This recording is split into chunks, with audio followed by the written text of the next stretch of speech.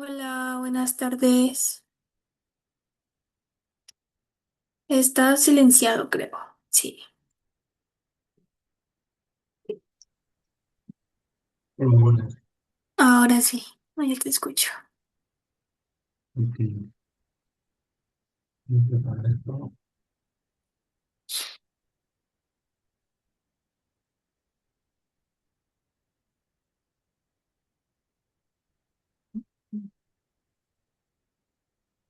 A ver si se anima la gente que con el buen tiempo.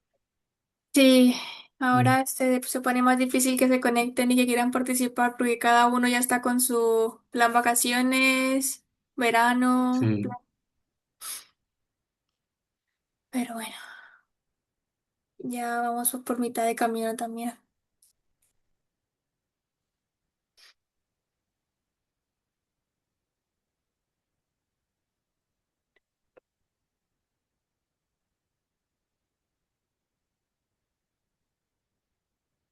vale. Ujú.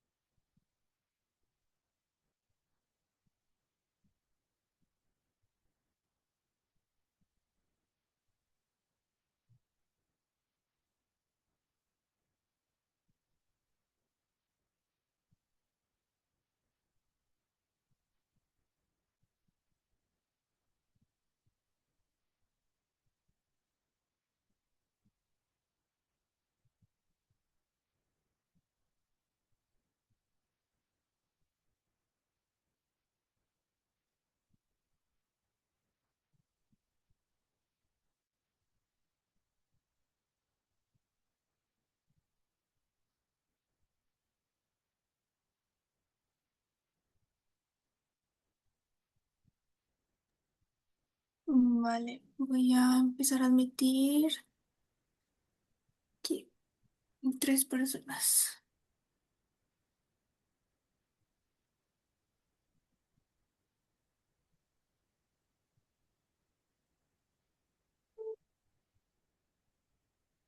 ¿Tú crees que si tú pones los videos se escuchará?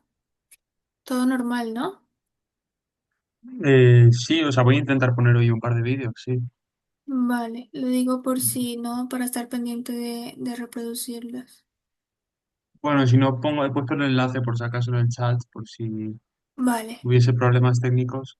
sí, que ellos ya lo puedan ver. Vale, admitir.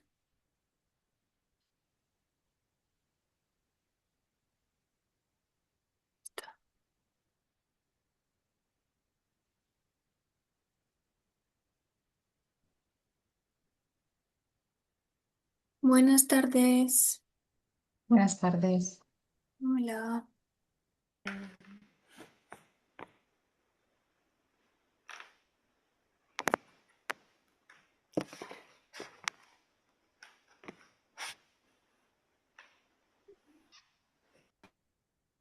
Vale, pues vamos a dar inicio a esta tercera sesión.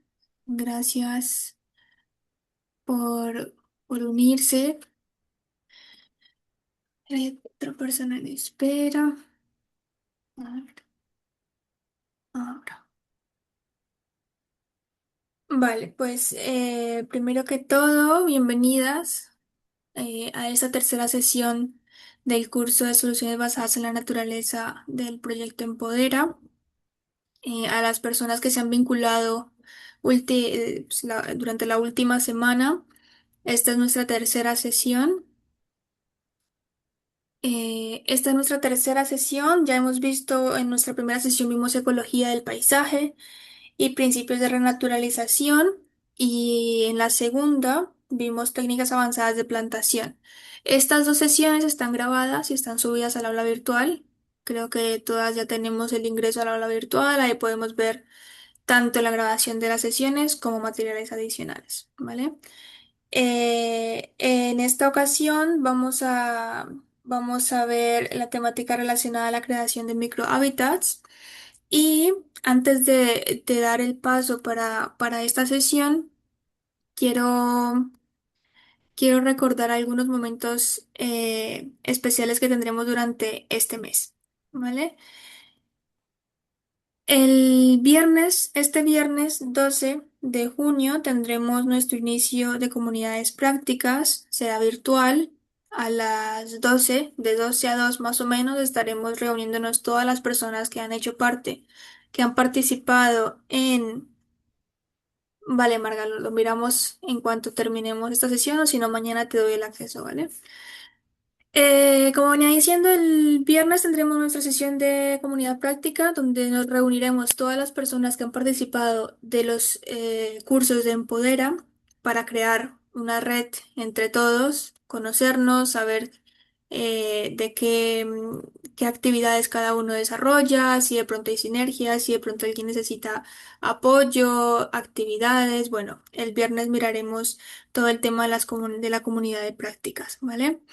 También, como para irnos organizando, yo esto lo anunciaré más detalladamente durante la semana y por medio del grupo de WhatsApp, pero el lunes 22 de junio también tendremos una sesión virtual sobre soluciones basadas en la naturaleza y agricultura regenerativa.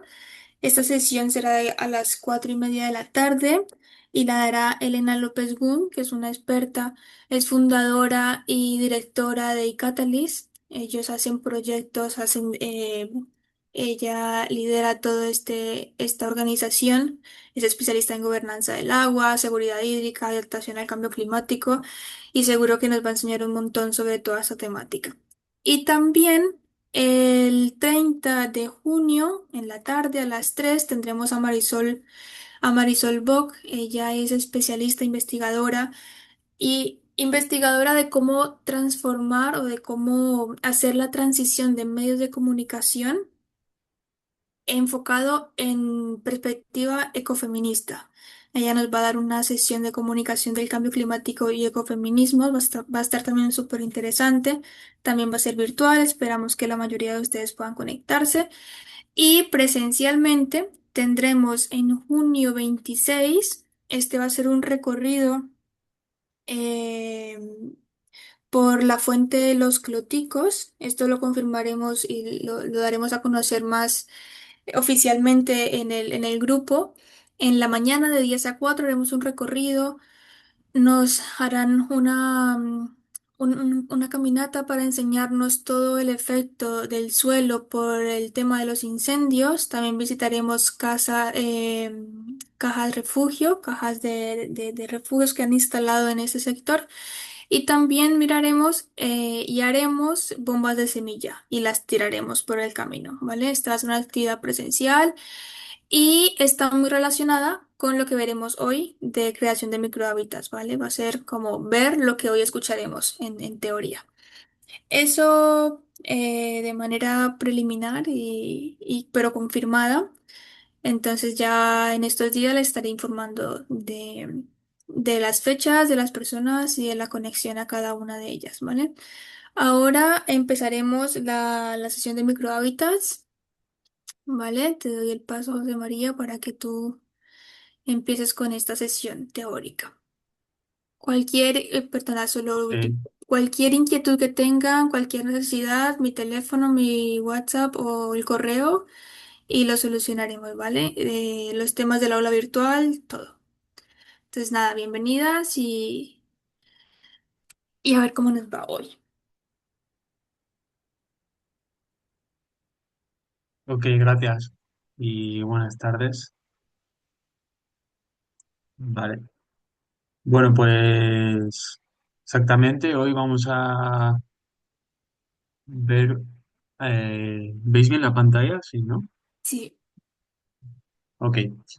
La creación de microhábitats, ¿vale? Digamos que en los módulos anteriores hemos trabajado a una escala. Bueno, antes de nada, no sé si hay alguna duda respecto a los módulos anteriores, alguna pregunta o así que os haya surgido, o al ver alguno de los vídeos o cualquier cosa.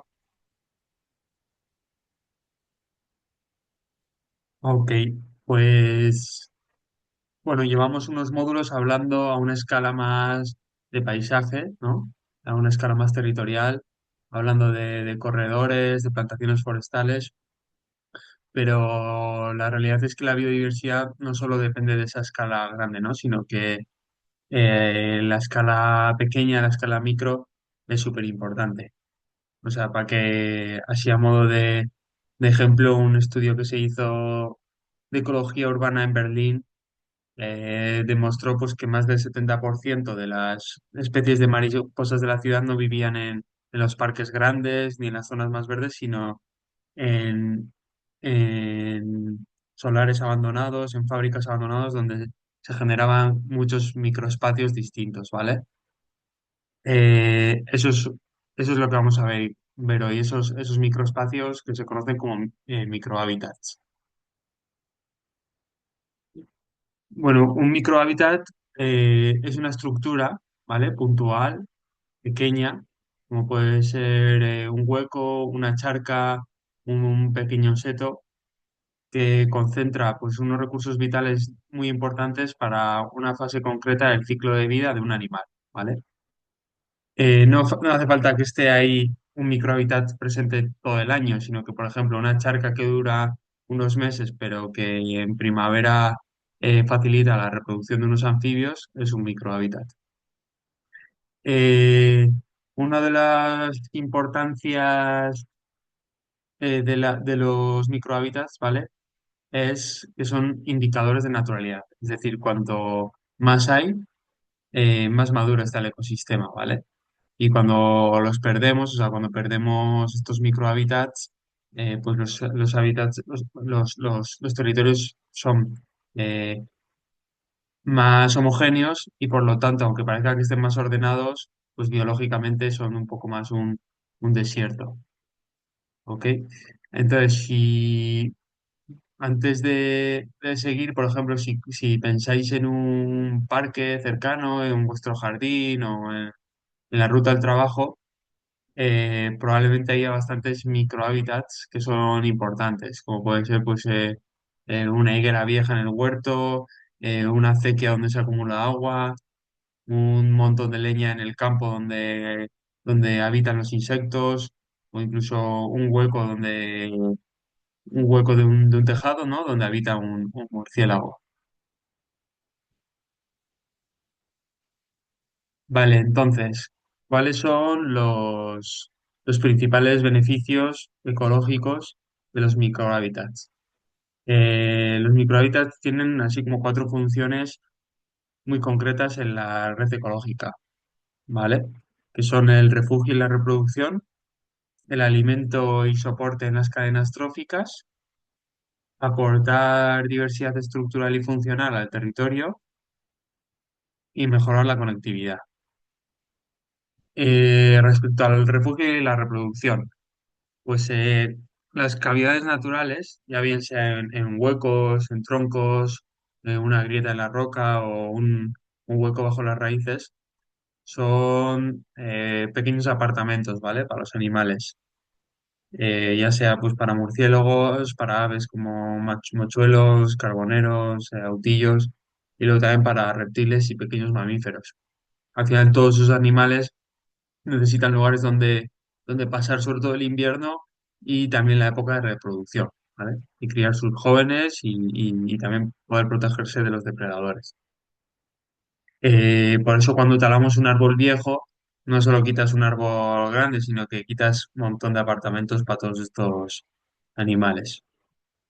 Por otro lado, sirven de alimento, ¿vale? Y soportan lo que es la cadena trófica. Por ejemplo, una acumulación de madera muerta, como luego veremos, pues no es basura, sino que es un aporte de alimento importante, ¿vale? O un margen florido de un campo agrícola también eh, puede aportar un montón de alimento a los polinizadores. Luego está la función de diversidad estructural, ¿vale? O sea, aunque esto parezca un poco más curioso, las irregularidades topográficas, como pueden ser un montículo de tierra, una depresión con humedad o un talud al sol y otra zona umbrosa, pues va albergando especies distintas, cada una tiene un nicho, ¿no? Hay especies que son más de sombra, otras más de sol, ya sean vegetales o de fauna, ¿eh? Y entonces, cuanto más variación topográfica hay en un territorio, se generan más microhábitats y coexisten más especies con necesidades distintas, ¿vale? Y por último, que hemos hablado bastante a esta hora de la conectividad, pues en paisajes que están muy fragmentados, los setos y corredores y estos microhábitats, aunque sean pequeños, pues sirven de puente para que un animal, como puede ser un erizo, pues se mueva de una zona a otra, ¿vale?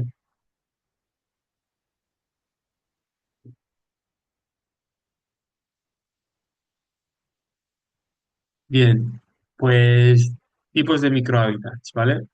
Eh, Empezando con la madera muerta.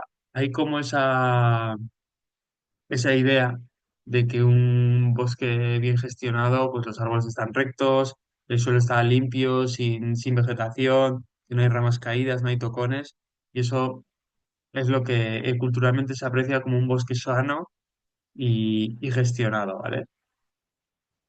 Sí que lo parece, pero cuidado, o sea, a nivel de biodiversidad puede ser un pequeño desierto, ¿no? Como quien dice, porque la madera muerta, ya bien sea a manera en ramas, en tocones, en acumulaciones, es un microhábitat de mucho valor, ¿vale? Durante mucho tiempo la gestión forestal se ha considerado que es un residuo a eliminar, o bien por razones sanitarias o porque se utilizaba a nivel de producción, pero es un microhábitat bueno, que mejora mucho la descomposición del suelo, la aportación de nutrientes a los propios árboles y a otros animales. permite la existencia de unos insectos, que son los insectos saprosílicos, que son como unos escarabajos que viven debajo de la corteza, que seguro que alguna vez habéis visto los túneles en los troncos, y al final, bueno, pues aportan un eslabón en la cadena trófica del bosque, ¿vale? Sí que es verdad que hay que gestionarlos, o tampoco se puede dejar muchísima madera muerta porque puede ser entrada de plagas o entrada de incendios, pero tampoco hay que tener el bosque limpio, sino que hay que encontrar unos márgenes que permitan pues que no se desarrolle una plaga, pero sí que haya suficientes animales que son importantes para el propio bosque, ¿vale? Respecto a esto, ¿hay alguna pregunta? Ok. Y las pilas de hábitats, que en zonas agrícolas se ven bastante, son otro tipo de microhábitat, que son acumulaciones de troncos, de ramas y sobre todo se utilizan piedras, ¿vale? Se utilizan piedras en zonas agrícolas, sobre todo en las que no hay refugio para pequeños mamíferos, para anfibios o reptiles, y aportar refugio sobre todo frente a la posible depredación de aves, ¿vale?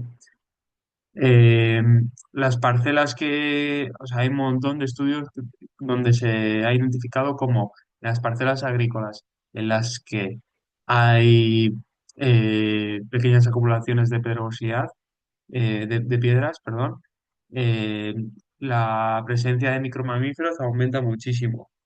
Bueno, básicamente porque es que si no, un ratón sin o otro tipo de micromamíferos o un reptil, si no tiene esa protección, está súper vulnerable a cualquier ataque de un milano, de un aguilucho o otras aves, ¿no? Entonces son microhábitats súper importantes para mejorar la biodiversidad en zonas agrícolas.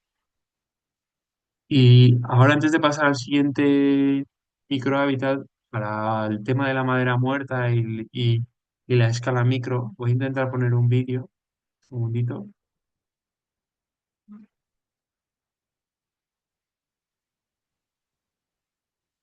y puedo.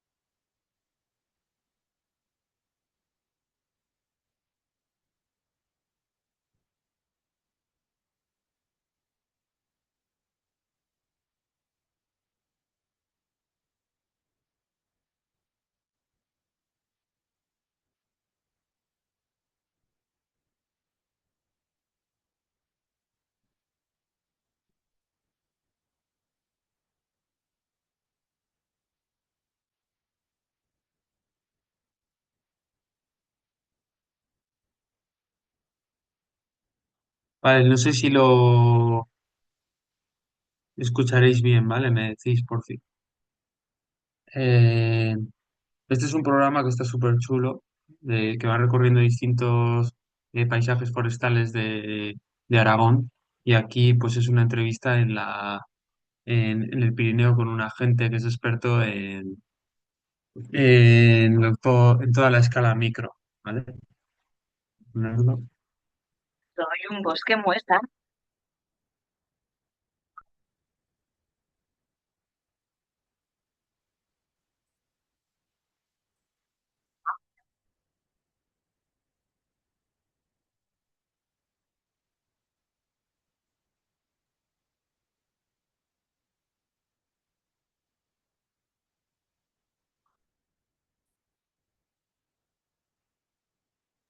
No se está escuchando el audio. Perdona, no se oye. No, se escuchó solo al inicio, pero luego ya se paró. Ok. Vale, pues vamos a hacer una cosa. Si no os importa, para luego poder comentar el vídeo, he puesto lo vuelvo a poner, ¿vale? Pongo aquí el enlace, lo vemos 5 minutillos volvemos a seguir con las diapositivas, ¿vale? Lo pongo en el chat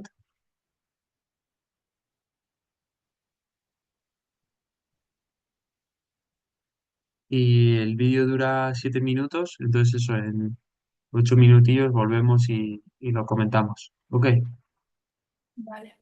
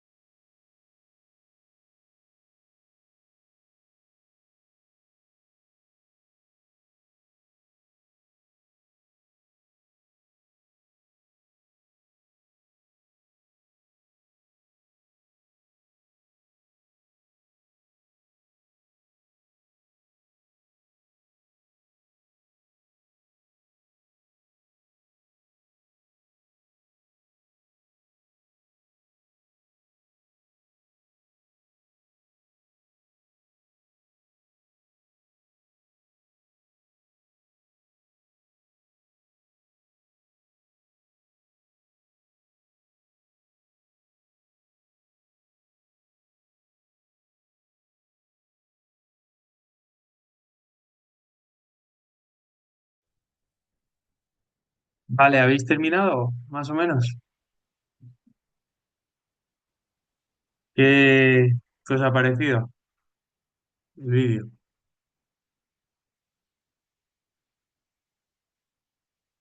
Bueno, creo que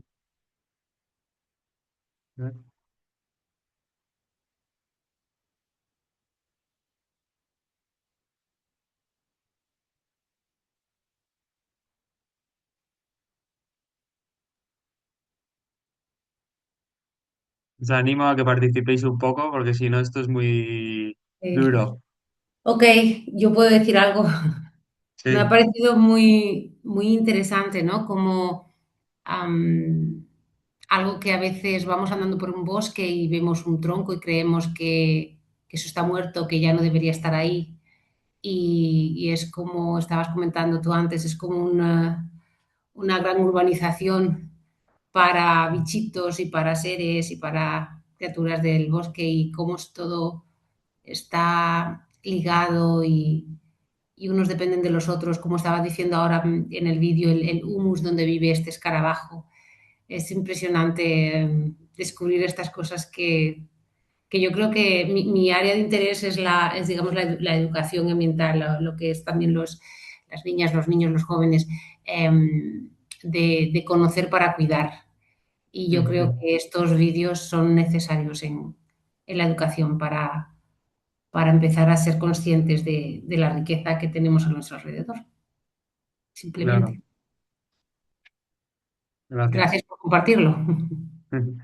Sí, sí, normalmente vamos como que nos llama la naturaleza y la manera en la que accedemos y conectamos a ella normalmente es a la escala de una cascada o un animal grande en un paisaje, pero si te fijas y empiezas a ir con lupa, es como que o sea, se multiplica el nivel de cosas que ves y el nivel de disfrute o sea, es una pasada y de información que hay. Por ejemplo, yo el año pasado me hice un curso de líquenes y me cambió totalmente la movida porque es como que de repente o sea, son como bosques a otra escala, ¿sabes? O sea, encima de un tronco que no le haces ni caso, es como si estuvieses viendo como si como si vieses un bosque desde un avión, pero lo puedes ver tú y ves las distintas especies, como las estructuras, con una lupa, y entonces, por ejemplo, se te abre otro mundo. Y es un mundo que pasa muy desapercibido, que va a otro ritmo, pero es muy importante en la base de la pirámide de un ecosistema, tanto a nivel eh, de materiales y de recursos como en otros procesos más complejos, como la infiltración o como la captación de carbono o como muchos otros. Son que no se ven, pero están ahí y son súper importantes. Y, no sé si en el anterior módulo o en el primero, alguien preguntó el tema de si había eh, bosques maduros o primigenios en la península y no los hay, pero sin duda el que más cerca en toda la península es ese bosque. Yo os recomiendo que si alguna vez tengáis oportunidad, porque digamos que es como el Amazonas de la península, o sea, es el bosque menos alterado y el que más podemos ver cómo sería un bosque en la península, en una zona de alta montaña, sin alteración humana, y es una pasada. Mm. Está en Ordesa. Eh, vale, pues el siguiente tipos de microhábitats que podemos comentar, ¿vale? Eh, son los refugios artificiales y setos. Eh, em, Se ven bastantes, ¿no? Y es una actividad de educación ambiental bastante habitual el tema de colocar cajas nido, o sobre todo que cuando no tenemos árboles viejos, ¿no? Porque en ciudades y parques, por motivos de riesgo que puedan tener de caída, se suelen retirar, o en zonas agrícolas o en zonas forestales muy productivas donde se quiere mantener troncos rectos y entonces no se dejan cavidades, se puede compensar de alguna manera con cajas nidos. O sea, no es la solución perfecta, pero funciona bastante. Otro de los usos de las cajas nidos es el control de plagas. O sea, es decir, por ejemplo, en bosques con procesionaria se suelen colocar cajas nido con el objetivo de fomentar eh, las poblaciones de herrerillos y carboneros, que son los que se comen las orugas. Es bastante importante eh, colocarlas bien, ¿vale? O sea, se puede hacer mucho esfuerzo, pero si no se colocan bien, bueno, pues no sirve, ¿vale? Que así uno de los tips sería que tenga una altura mínima de 3 metros por encima de alcance de gato y personas. Yo considero que es mejor que estén colgadas más que colocadas sobre el árbol, porque así también otro tipo de, pues, martas, garduñas, otros animales no acceden al nido. Eh, Luego la orientación sureste para aprovechar el sol de la mañana sin sobrecalentarse al mediodía. Intentar que no tengan obstáculos cercanos como cables o otras ramas que no se vean mucho para que las aves aterricen y despeguen sin peligro. Y después de la época de reproducción, que es en primavera, hay que limpiar los nidos, ¿vale? Y revisar el estado de la caja. Porque si se deja el nido, al próximo año es difícil que vuelvan a usarlo. Depende de cada especie. Pero es recomendable limpiarlo porque puede que vaya a ir como en el caso de los serrillos y carboneros, hay que limpiarlo, porque si no, el siguiente año no utilizan esa caja si ven un nido antiguo. Y luego, pues ahí hay todo un mundo de diseños, dependiendo de la especie, más alargadas para aves trepadoras, tubos que también se ven en murciélagos, ¿vale? Y, y bueno, no, o sea, si por ejemplo pones, pues, aunque sea 30 cajas, lo más probable es que no las usen todas el primer año, pero bueno, luego ahí, como luego comentaré, pues conviene hacer una supervisión y ir viendo qué porcentajes de ocupación están teniendo, ¿no? Y luego otro de los microhábitats es los setos y los márgenes de campo. De esto hablamos mucho cuando hablamos de conectividad, ¿vale? Que son importantes porque es una infraestructura ecológica que permite refugio y conectividad, ¿vale? Y en España, pues en zonas agrícolas, pues los setos de encinas, de espinos, de endrinos, en dehesas y lindes de zonas agrícolas, pues son súper importantes concretamente para aves amenazadas, ¿vale? Como la carraca o el alcaudón. Y luego que aportan biodiversidad. Y a nivel de gestión de estos setos, pues bueno, lo importante es no cortarlos todos los años y no ir ganando metros en las zonas agrícolas eh, ape- eh, no ir ganando metros en las zonas agrícolas porque se va reduciendo estos márgenes, no cortarlos en primavera tampoco, que son la época de nidificación. Si hay que cortarlos, cortarlos un poco en otoño. Y luego hay técnicas tradicionales como el trenzado y tal, que en muchas zonas se usa para mantenerlos densos y vivos. Y otro de los tipos de microhábitats, que yo creo que este sí que está más consolidado, eh, o por lo menos en muchas actividades pues de responsabilidad social corporativa de empresas y muchos voluntariados ambientales van dirigidos a la construcción de charcas, porque son hábitats claves pues para anfibios y y para insectos, ¿no? Acuáticos. Mm, una charca, o sea, bueno, es importante por un lado, ¿vale? Que, o sea, da igual que sean pequeñas, pero que haya varias. O sea, digamos que hacer un ecosistema acuático en una zona, ¿vale? O sea, es mejor varios estanques pequeños que uno grande y que tengan diversidad de profundidades. O sea, por ejemplo, pues una zona más suave y poco profunda para anfibios, una zona más honda para libélulas y macroinvertebrados y sobre todo que no haya peces introducidos porque se comen las larvas de los anfibios. Además es importante que estén lejos de fuentes de contaminación, lejos de cualquier acceso a ganado, ¿vale? O que estén valladas. Y suele ser súper interesante pues añadir tronquitos, piedras que sirven de refugio y crean en el propio microhábitat que es la charca, crean otros hábitats, ¿vale? Eh, y luego está el tema de la microtopografía. Eh, hay varios casos documentados de, por ejemplo, intentos de plantaciones forestales que no tiran adelante y que en cuanto cambian el relieve y, por ejemplo, crean montículos, depresiones y pequeños taludes que aportan esa heterogeneidad al terreno, consiguen que las plantas empiecen a brotar.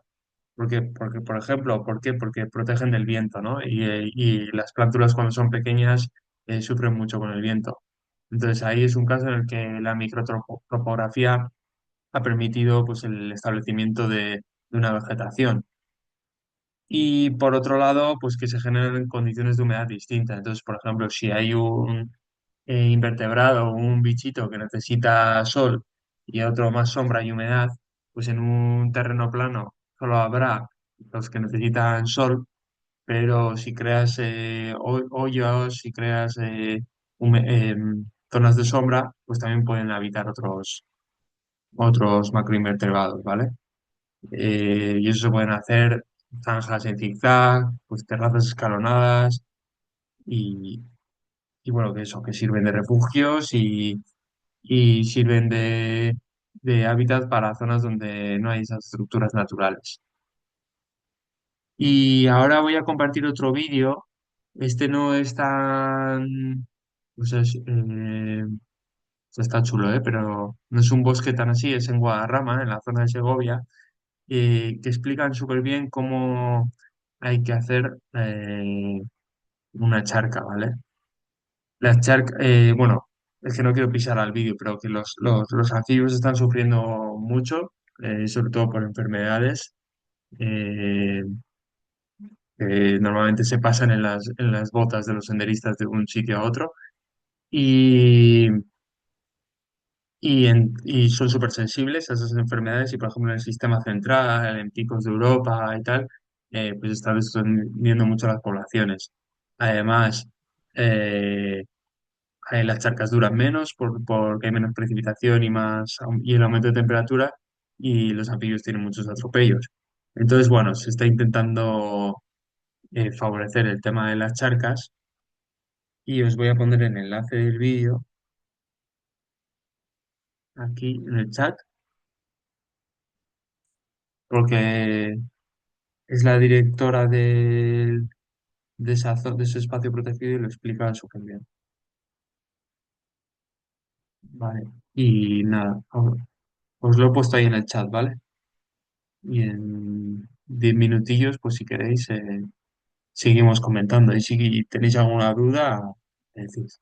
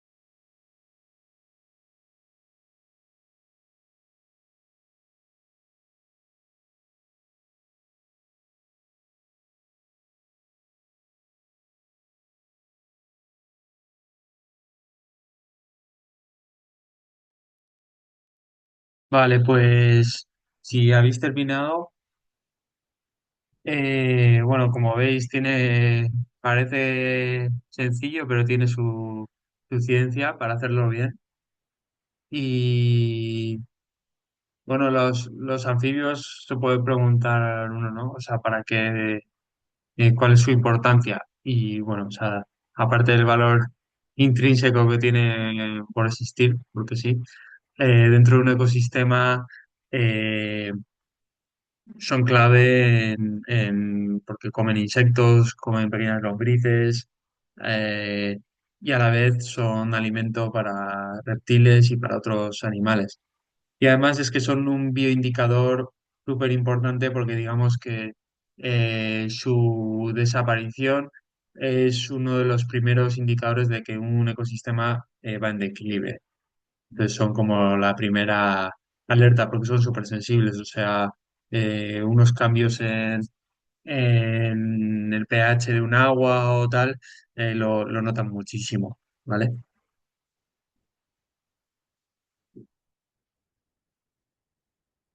Vale, y cuando se hace cualquier proyecto en el que se establece un microhábitat, ¿vale? Hay que hacer un seguimiento, como comentaba esta técnica. O sea, hay un primer nivel de implementación, o sea, por ejemplo, en las cajas nido, pues sería, está bien instalado, cumple los criterios técnicos, es un lugar correcto, eh, o sea, está a la sombra, está el sol, ¿no?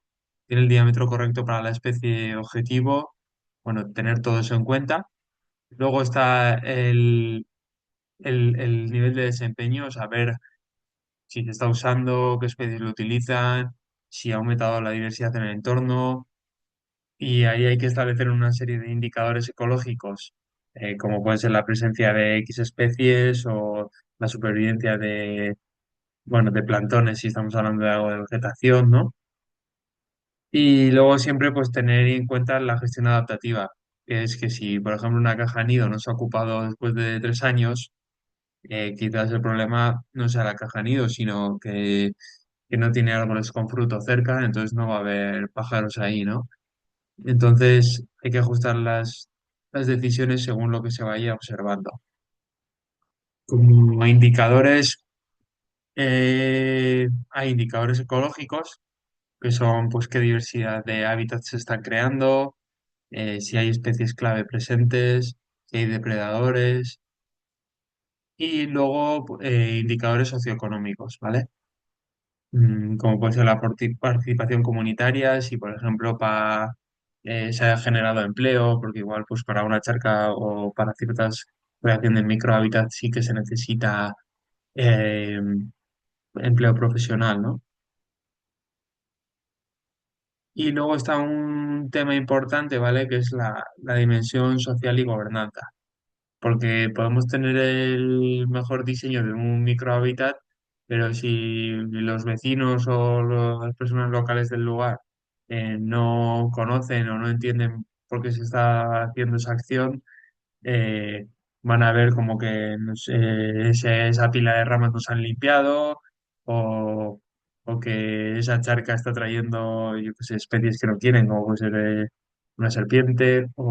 Entonces es importante incluir a las comunidades locales desde el diagnóstico. O sea, no preguntar a la gente, oye, ¿quieres esta charca aquí? Sino, eh, oye, ¿qué animales echas de menos, ¿no? En este parque o en esta zona periurbana o un poco desde ahí.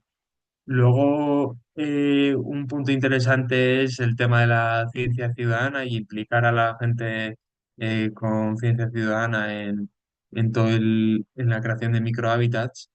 Por ejemplo, en el proyecto de renaturalización del río Manzanares, que se establecieron un montón de microhábitats a modo de islas de vegetación y de cúmulos de piedras, pues se involucró a los vecinos como monitores de biodiversidad. O sea, ellos eran los que iban registrando qué especies iban volviendo y cuáles no, ¿no? A través de una aplicación. Además hay aplicaciones como iNaturalist o eBird que, que permiten que cualquier persona registre observaciones y se pueden vincular a un proyecto en concreto. Y bueno, y luego eso, gestionar conflictos. O sea, normalmente los conflictos suelen ser más con eso, o con ganaderos, o, o cazadores que no entienden, porque imagínate si se ha puesto una pila y les implica eh, que no pueden pasar por todo terreno o que les influye en la caza, bueno, pues intentar que estén lo más implicados, lo más implicados en la participación de los proyectos de microhábitats para que luego no surjan estos conflictos, ¿vale? Sí, el nombre de las aplicaciones los pongo.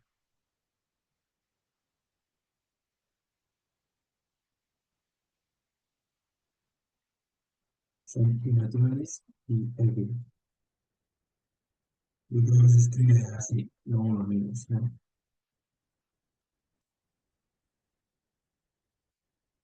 Vale. Eh, y luego para terminar, antes del ejercicio que está planteado, bueno, no, o sea, rara vez un microhábitat no a nivel ecológico, otra cosa es a nivel socioeconómico, no mejora, ¿no?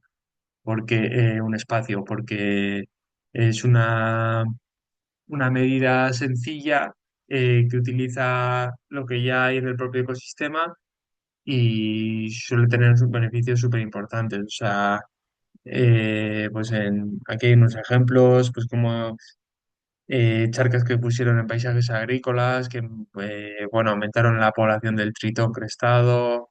eh, Luego las pilas de hábitats, que se hizo un estudio en la Columbia Británica durante 12 años, ¿no? Donde comparaban parcelas forestales limpias y otras con pilas de troncos. Y las que tenían pilas casi tenían el doble de micromamíferos que las primeras, ¿vale? Es decir, si hay más micromamíferos, hay más búhos, hay más zorros y hay más equilibrio en la cadena trófica.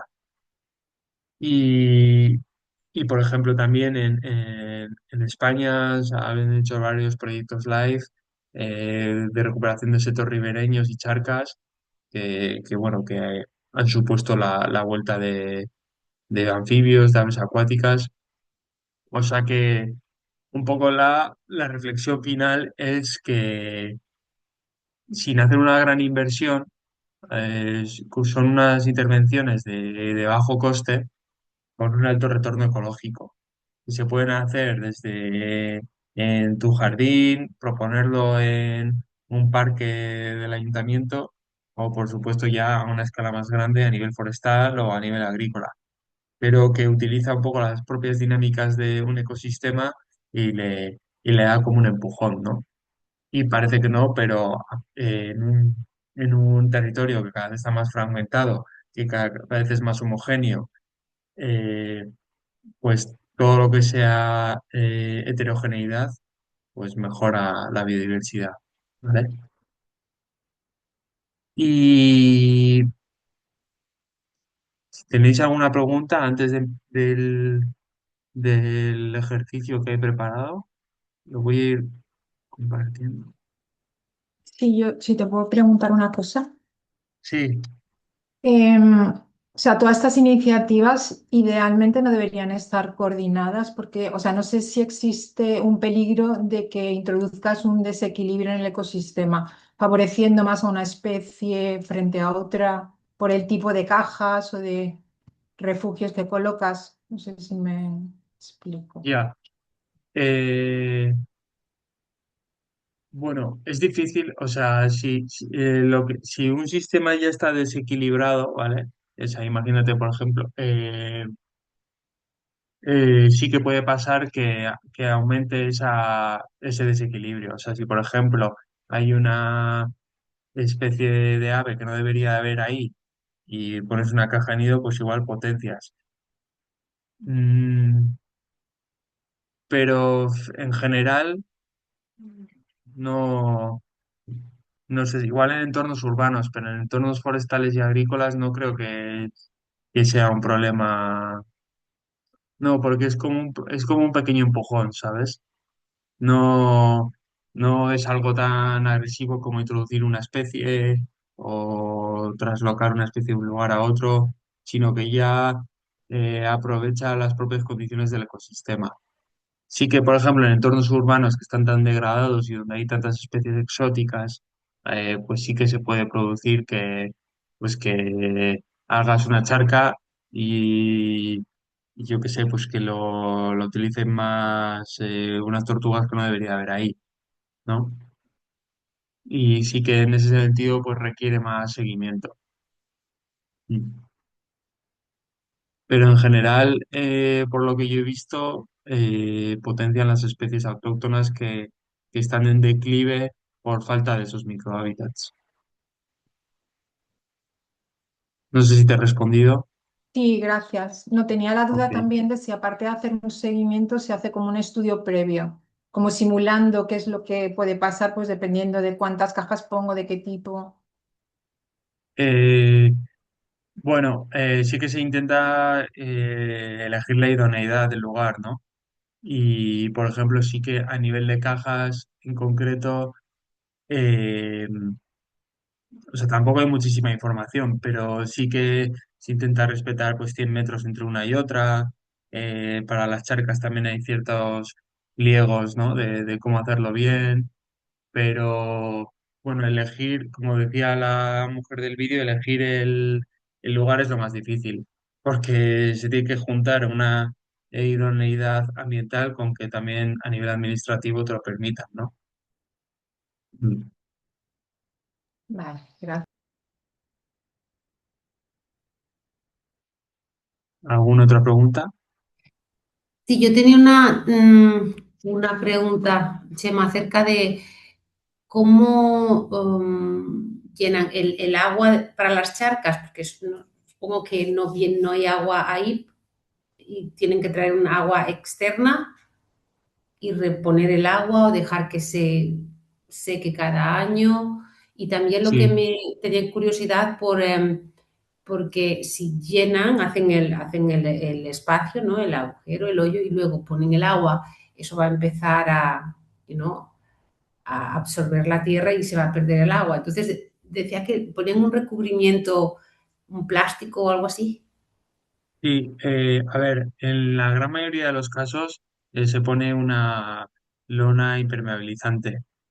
Lo que pasa que como en el caso del vídeo es un espacio protegido, es un parque nacional y tiene muchos ojos encima, lo que hacen es esperar más años y que la propia sedimentación del agua, de las arenas, de los limos, vayan generando esa impermeabilidad, ¿vale? Ok. Por lo general, eh, digamos que la regla es, sí que puedes desviar agua y llenar una charca siempre y cuando esa charca que se va vaciando, el agua vuelva al curso anterior al desvío. Es decir, no coger agua de una cuenca y llevarla a otra, o de un agua de un arroyo, ¿no? Porque entonces estás generando un impacto de quitar agua de un sitio a otro. Pero Mm, si simplemente estás, digamos, modificando levemente su cauce, pero a nivel caudal total va a seguir después de la charca, ¿me explico? La impermeabilización, mm, o sea, normalmente, muchas veces se hace con lona, porque sí que es verdad que luego hay lonas impermeables que se van biodegradando poco a poco y es lo suyo. Porque si no, hasta que logras que se vaya impermeabilizando, depende de los terrenos. Aquí, por ejemplo, en Guadarrama, donde está el vídeo, son los granitos, graníticos, que son súper impermeables, pero por ejemplo, si estás en Valencia, que es todo caliza, es que como no pongas una lona, se te va a drenar, ¿no? Pero lo importante es eso, no que sea o sea, aprovechar las propias, muchas veces es también aprovechar las propias condiciones topográficas, o sea, hacer como un pequeño embalse, ver que si hay una bajada de agua ahí, pues poder cerrar un poco ese, ese cauce y que luego el agua siga su curso, ¿no? Pero sí que es verdad de no pasarlo, no quitar el agua de una zona para ponerla en otra. Mm.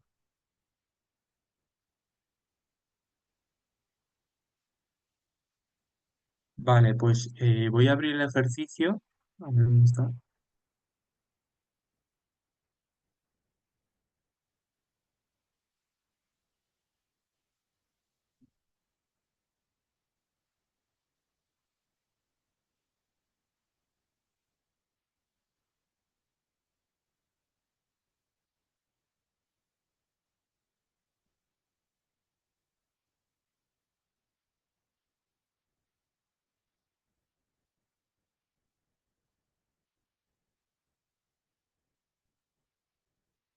Vale.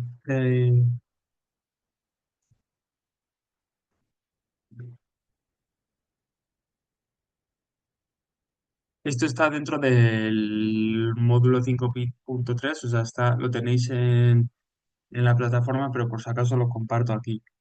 ¿Vale? La idea es diseñar un microhábitat. Entonces, eh, primero hay que elegir un lugar que conozcáis, ya sea pues, un parque cercano, vuestro jardín si tenéis, o una zona a la que vais a pasear, y escoger entre distintos tipos de microhábitat, ya sea una caja de nido, estanques, pilas de hábitat. Hay que hacer un breve diagnóstico del lugar donde se realizará el microhábitat, o sea, que cómo es, si es urbano, si es agrícola, si es forestal, qué posible especie se va a beneficiar, ¿vale? Y luego pues diseñar un poco el microhábitat, o sea, pues dónde se localizaría, qué materiales creéis que usaríais, o sea, podéis buscar información y pues, si no preguntarme, ¿vale? Y proponer un plan de seguimiento. Entonces la idea es como rellenar una ficha como esta, ¿vale? Donde, por ejemplo, aquí se ha utilizado el ejemplo de las cajas nido. Entonces, tipo de microhábitat, caja nido para aves insectívoras. Eh, Localización propuesta. Pues un parque periurbano donde hay una franja de robles jóvenes y entonces no hay árboles maduros. Las especies objetivo, el diagnóstico del lugar, materiales necesarios, pues 3 cajas nidos de madera sin tratar, tornillería galvanizada, tal. Cómo se diseñaría. No tiene por qué ser tan técnico como esto, sino cada una pues con hasta donde llegue. Y posibles riesgos y el plan de seguimiento propuesto. O sea, es una fecha similar a esta, ¿vale? Eh, si queréis, damos unos 15 minutos para hacerlo y luego, pues, quien quiera compartir o quien quiera tenga alguna duda, pues me lo puede comentar, ¿vale?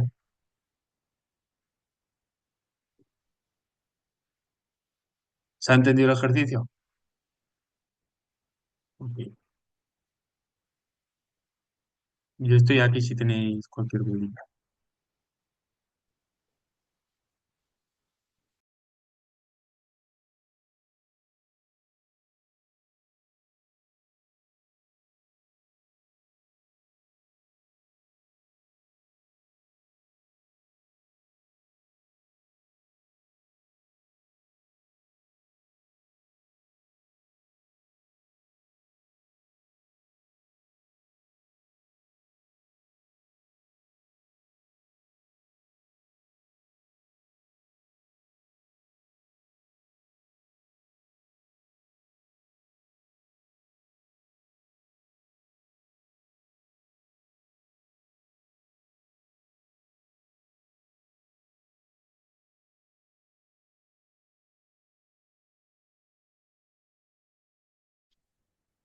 Hola, yo tengo una duda.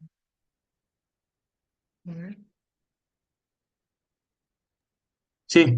Ah, sí, mira, en el caso de para hacer una charca, que como dices, si el sitio que quiero no tiene ninguna fuente de agua cercana natural, Ujú. en esos casos las tendríamos que realizar en una época cercana a una época de lluvias o algo así para que se pueda llenar naturalmente. Sí, Ok, no hay, no hay problema porque hay charcas que son permanentes y otras temporales. La ok. época sensible para los anfibios es la reproducción, que es estos meses, bueno, depende de cada especie, ¿vale? Pero eh, mayo, junio. Entonces, si por ejemplo durante la época de lluvias de primavera se ha conseguido llenar y mantiene agua, aunque sea solo el mes de mayo, y luego ya en Ujú. junio se seca, ya aporta muchísimo porque ya es un punto de agua para la producción de anfibios. Luego ya que en agosto no tenga agua, no pasa nada. Vale, perfecto. Gracias. Nada.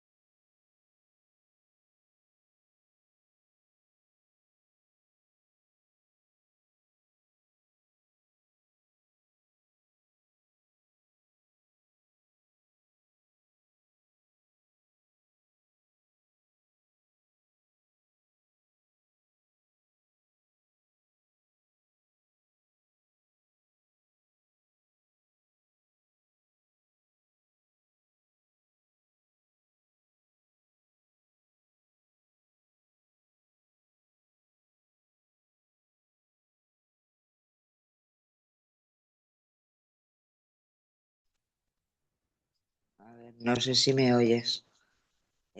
A ver, en el tema es que creo que no se me había oído antes.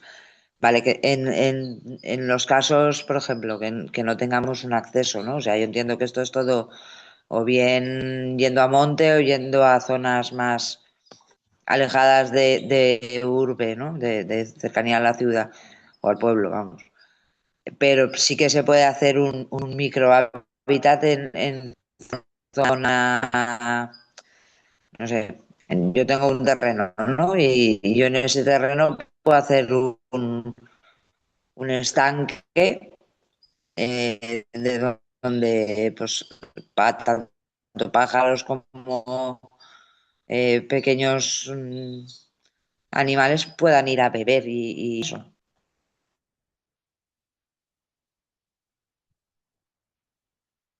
Sí, o sea, ¿cuál es la pregunta?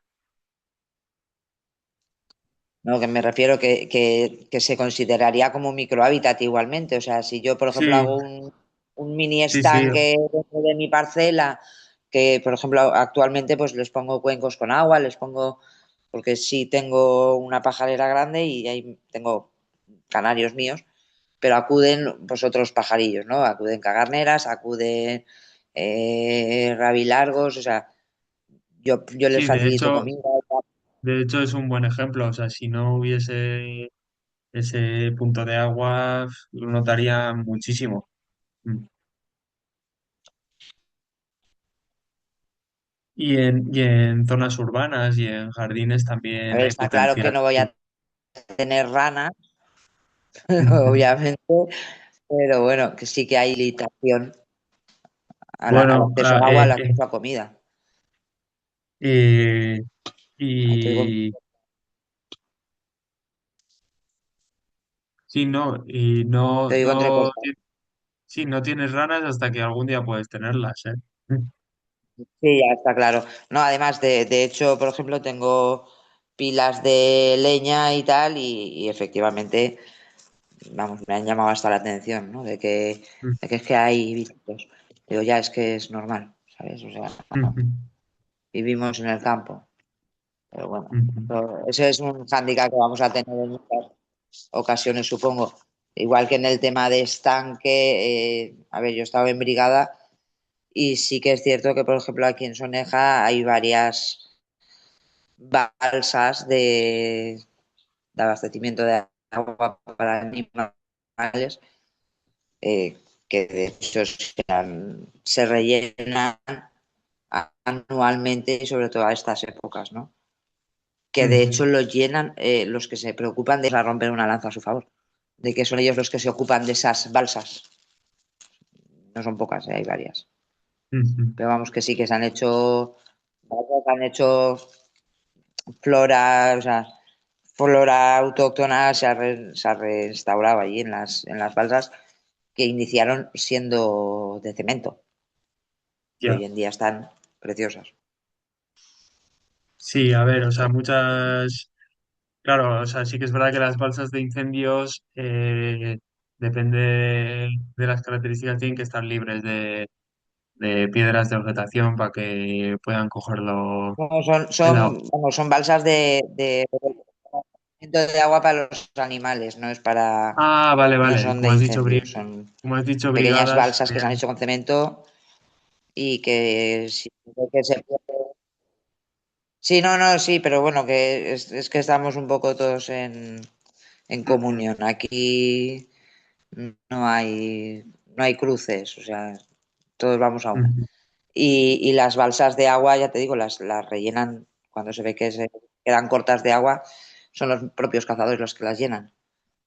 Ya te digo, ujú, hay varias balsas que son muy chulas y en unas sí que hay ranas, sí que es verdad. ujú. Pero vamos, el ejemplo que te he visto antes con vallas y tal para que no entren animales, aquí no, aquí están hechas para que vayan a beber los animales. Claro. Pero bueno, pues se interactúa todo a la vez. Ujú. Más veo que en el ejemplo pones la dehesa es la de Soneja. ¿Cómo, perdón? Vale. Lo que te veo en el ejemplo que es cajas en la dehesa, Sí. entiendo que es la dehesa de Soneja, ¿no? No, es una de esas, o sea, en concreto, Claro, como... el tema de entrar en el... o sea, ¿cómo, perdona, que no te digo? Bueno, que yo no tengo acceso al aula virtual, por ejemplo. O sea, Vale. Bueno, eso hablarlo con eh, Lupe, tenéis... Vale, ya, como que en examen oral, vamos. Pues no tengo acceso a hacerlo en la propia aula. Si había otra chica que también lo había puesto. Vale. vale. ¿Y el resto de personas cómo vais? ¿Habéis podido diseñar alguno de los microhábitats o queréis compartirlo? A ver, yo ya te digo, la de Hola. como posibilidad. Sí, Eh, perdona, Marga. Sí, Hola, ¿qué tal? Nada, hola. a ver, es que yo Hola. me he incorporado y estoy así un poco todavía empezando, pero bueno, Vale, sí que se me ha ocurrido una opción de las sencillas, digamos, que sería poner cajas, ¿no? De cajas de nidificación. Lo que pasa es que yo no tengo claro, en mi caso, o sea, sí tengo claro que quisiera que se usan las especies de locales, o sea, estaría en una zona urbana, concretamente en un huerto urbano que está en Cabañal Horta concretamente, que es una zona que se ha renaturalizado y se han puesto huertos y tiene algunos árboles y demás. Entonces yo creo que poner ahí unas cajas de nidificación estaría bien. sí, Pero teniendo en cuenta que, claro, que sean para las especies que interesan, que yo no las tengo claras, pero entiendo que serían, pues a lo mejor gorriones o jilgueros no, ¿cómo se llaman? O sea, especies locales, porque aquí hay ahora ujú, mucha especie invasiva, ¿no? Por ejemplo, hay muchísima sí, cotorra, ahora mismo ya hay mucha gaviota en Valencia, en la ciudad, ¿no? Hay, sí, hay incluso ibis, veo yo a veces. Entonces, yo creo que esas cajas deberían ser para esas aves pequeñas que a lo mejor necesitan, ¿no? Lo que no sí. tengo claro es qué ave, eso no lo sé. Tendría que estudiarlo un poquito mejor, ¿no? Vale.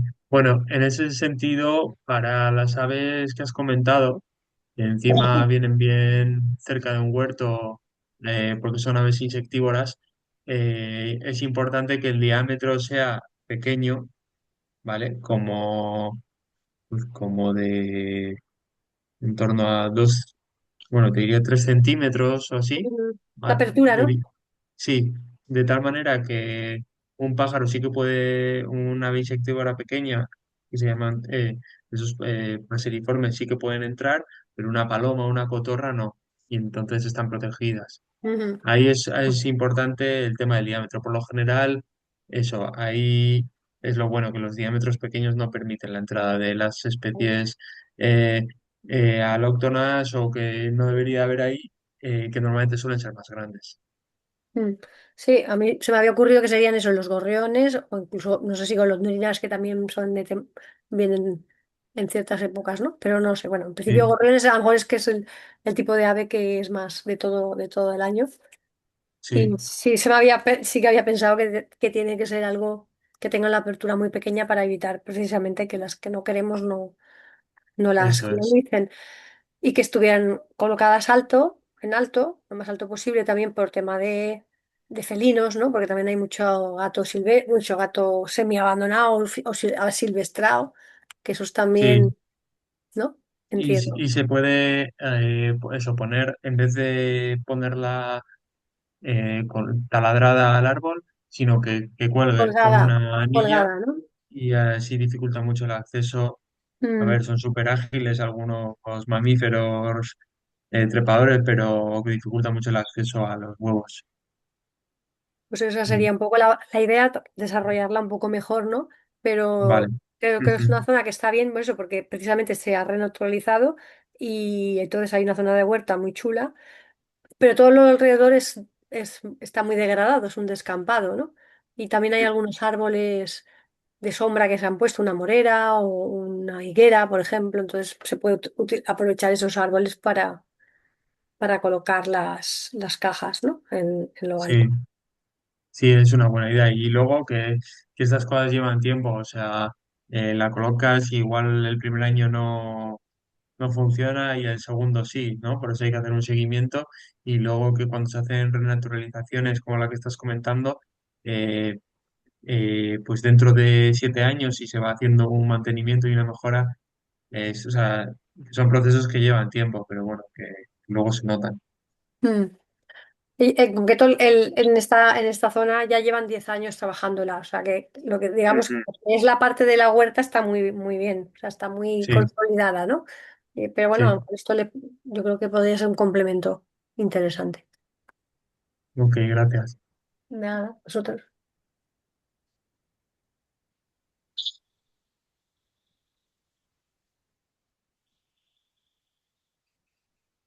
Vale, ¿alguna otra persona quiere compartir su diseño o su propuesta? Bueno, yo he creado una casa refugio o el hotel. ¿Se me escucha? Sí, ¿Sí? De insectos. ajá, Entonces, el contexto local sería la periferia de un núcleo urbano, a las afueras del pueblo, donde hay vegetación baja de arbustos bajos y naranjos, mayoritariamente. Y bueno, pues la especie que se beneficiaría, no tengo muy claro cuáles serían, pero supongo que serían desde pequeños insectos, escarabajos, las mariquitas también, estas pequeñajas, porque las ujú, hormigas no, porque ellas son arquitectas de sus hormigueros. Entonces creo que serían estos pequeños insectos, también a lo mejor algunas arañas. Y más que nada porque donde yo vivo hay una explanada y que están, bueno, pues que pertenece a una persona que antes eran naranjos y ahora pues hace unos años ya cortaron los naranjos y lleva creo que unos 5 años o más, donde cuando salen las famosas mal llamadas malas hierbas, pues vienen unas personas y lo echan para matar las hierbas sí, con estas bombonas y claro, cada vez queda menos y menos vegetación, entonces menos insectos.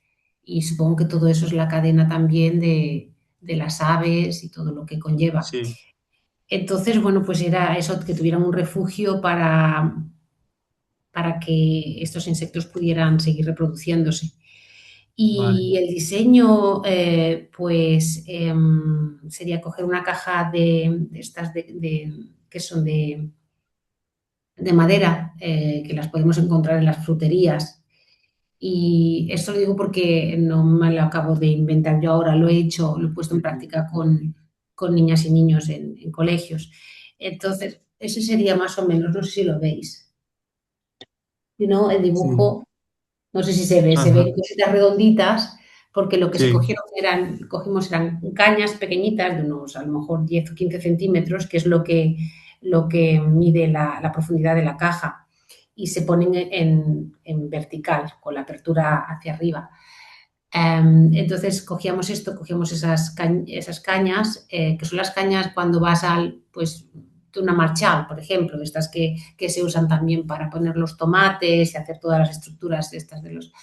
Ok, y también piñas que están pues caídas, que te las encuentras y en un pinar y hojas, normalmente hojas secas. Entonces las vas colocando, los niños, las niñas los colocaban y luego lo que teníamos para cerrarlo era una malla de estas una malla finita, de Una las, perdón, ¿sí? una caracolera. Las que se utilizan, por ejemplo, para hacer sí, o para hacer, eran de aluminio, algo más finito, las que ujú, utilizan para hacer Las de los gallineros, gallinero.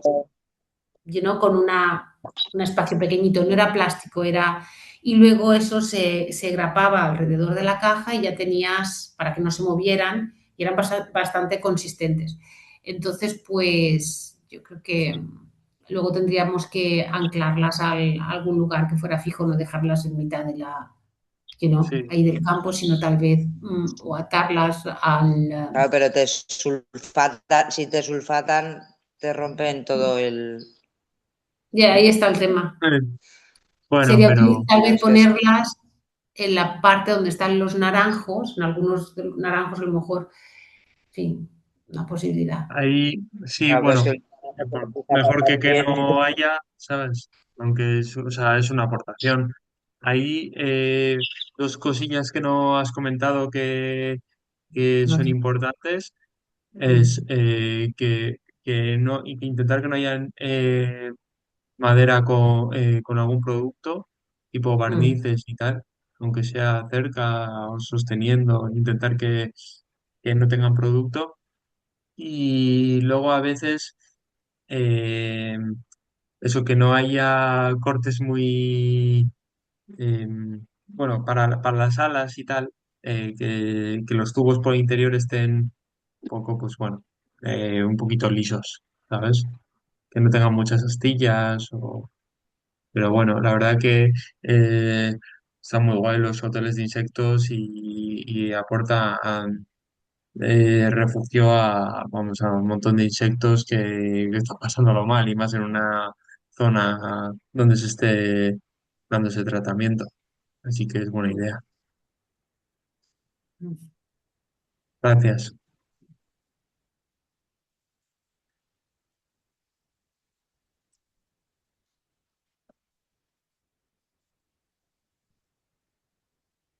Vale, pues ¿alguna otra persona quiere compartir? Sí, aquí hice un ejemplo me corriges porque esto del tema es nuevo para mí.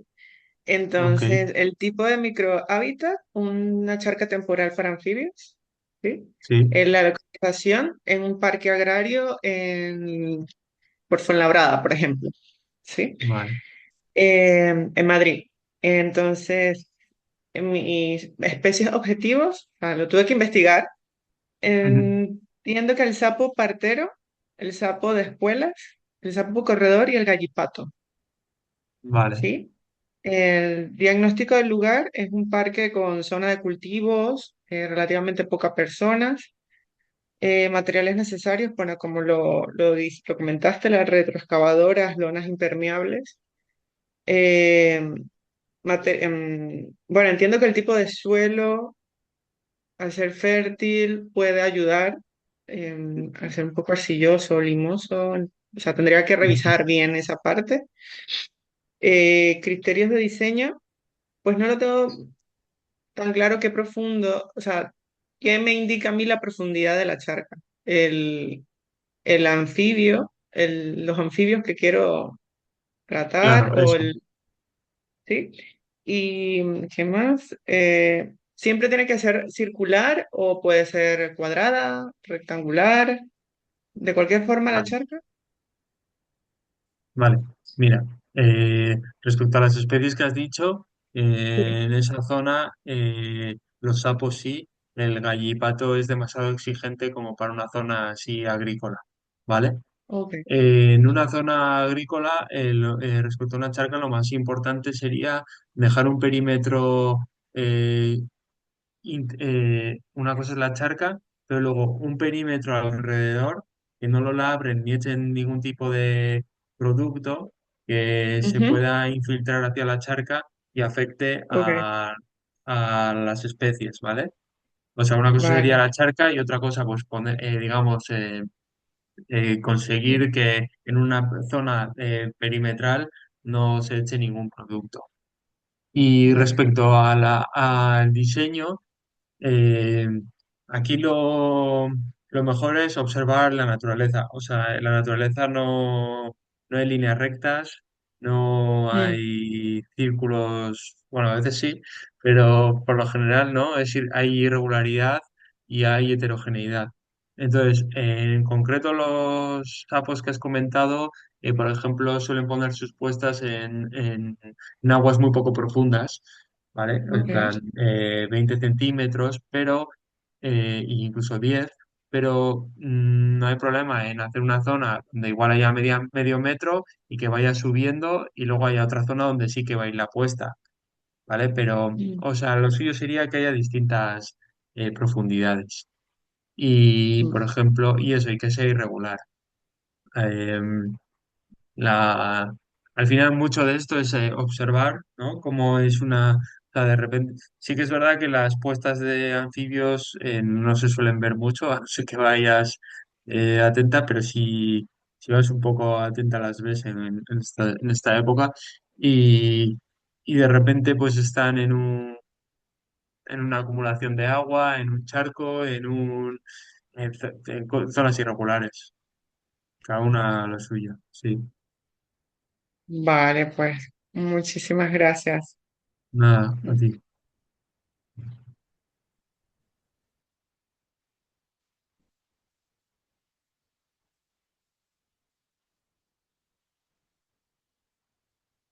Vale, pues entonces terminamos aquí y ya nos quedaría el siguiente módulo, la próxima clase, ¿vale? Y no sé si quieres comentar algo, Lupe. Yo veo que te...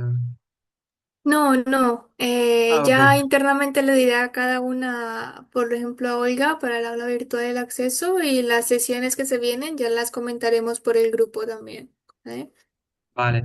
Y nada, os invito a que observéis la cantidad de microhábitats que nos rodean en todos los espacios, incluso en grietas de casas antiguas y observarlas de cerca y cómo son fuente de refugio, de hábitat para un montón de especies. Que bueno, es divertido y no hay que irse ahí a un mega espacio salvaje y tal para disfrutar de la naturaleza si se tiene ese chip. Así que gracias. Muchas gracias a ti. Vale, A gracias ti, a muchas ti. gracias. Gracias a todos por Gracias. Adiós. Gracias a conectarse. todas. Adiós. Hasta la Chao. próxima. Adiós.